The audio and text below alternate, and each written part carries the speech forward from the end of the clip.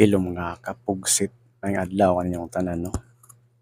Ang atong topic day karon mga kapugsit mahito nga ni mga daot-daot ba o kaning kulam. Ug mutuo ba mo aning kulam mga kapugsit. Kay base sa akong natun-an kaning kulam naa man gyud ni. Naa man gyud ni sa Old Testament. Ay sulat ni siya didto nga nag-ingon ang Dios Amahan dapat yun ang mangkukulam. Sa ato pa mga kapugsit, nag-exist yun yung mga mangkukulam hangtod karon mga panahon na. Mga kapugsit, dili day ko pari, dili pud ko pastor. Kani ko mga topic din ni base lang ni sa akong kahibalo.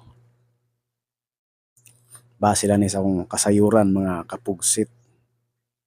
O aduna mo mga concern mga kapugsit o mga pangbasa ko andam akong dawat ana mga kapugsit.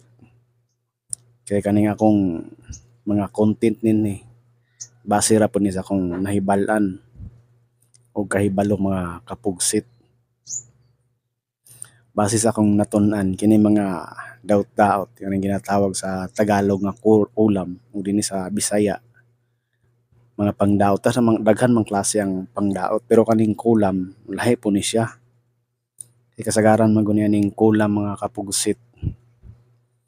Mahito ni sa mga kasuko ba dunay pagdumot, kasina, kainggit, ug kalagot ba kanang di sila ka sukol sa imo sa harap-harapan. Patalikdon ka na pinasekreto nga tirada. Mo nang ila kang kulamon. Base sa akong kahibalo kaning kulam. Ginakuha ni sang imong pangalan o dili nimo pangalan imong mga picture. Pagkahuman ila kang daoton na sila mga ritual nga ginahimo ani mga kapugsit. Ang uban kay mogamit na sila mga iskal o kanang kalabira sa tao ba. Kanang gikuha gikan sa sementeryo. Ginakuha na sila tungang gabi unya mo gamit na sila mga black magic, mga kandila. Aron nilang ampuan, aron madaot ka. Ang uban usab humang mga picture.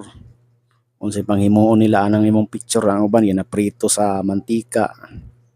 Ang uban ginatusok-tusok og dagom ginatabas-tabas og bleed.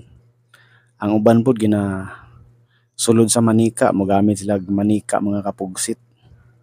Ang imong espiritu ilang tawagon ug ipasulod sa manika. Munta sa instrumento gihimong lawas nimo ang manika ba. Ay katong mga manika ilang pangtalian, pangtusokon og kandila, mo na siya masakitan ka mga kapugsit. Napoy mga daot mga kapugsit nga butngan kanilang sakit, kanang natural nga mga sakit ba kanang lisod kayayohon. Sama ang mga kanser o unsa pa diha. Napoy mga kulam mga kapugsit nga malas-malason ka sa imong panginabuhi. Na kay mga negosyo sa diha mapurdoy ka. Hangtod mo balik gid ka sa zero, magkalisod gid ka. Yung mga tinigom, mga kwarta mahurot og gasto mga kapugsit.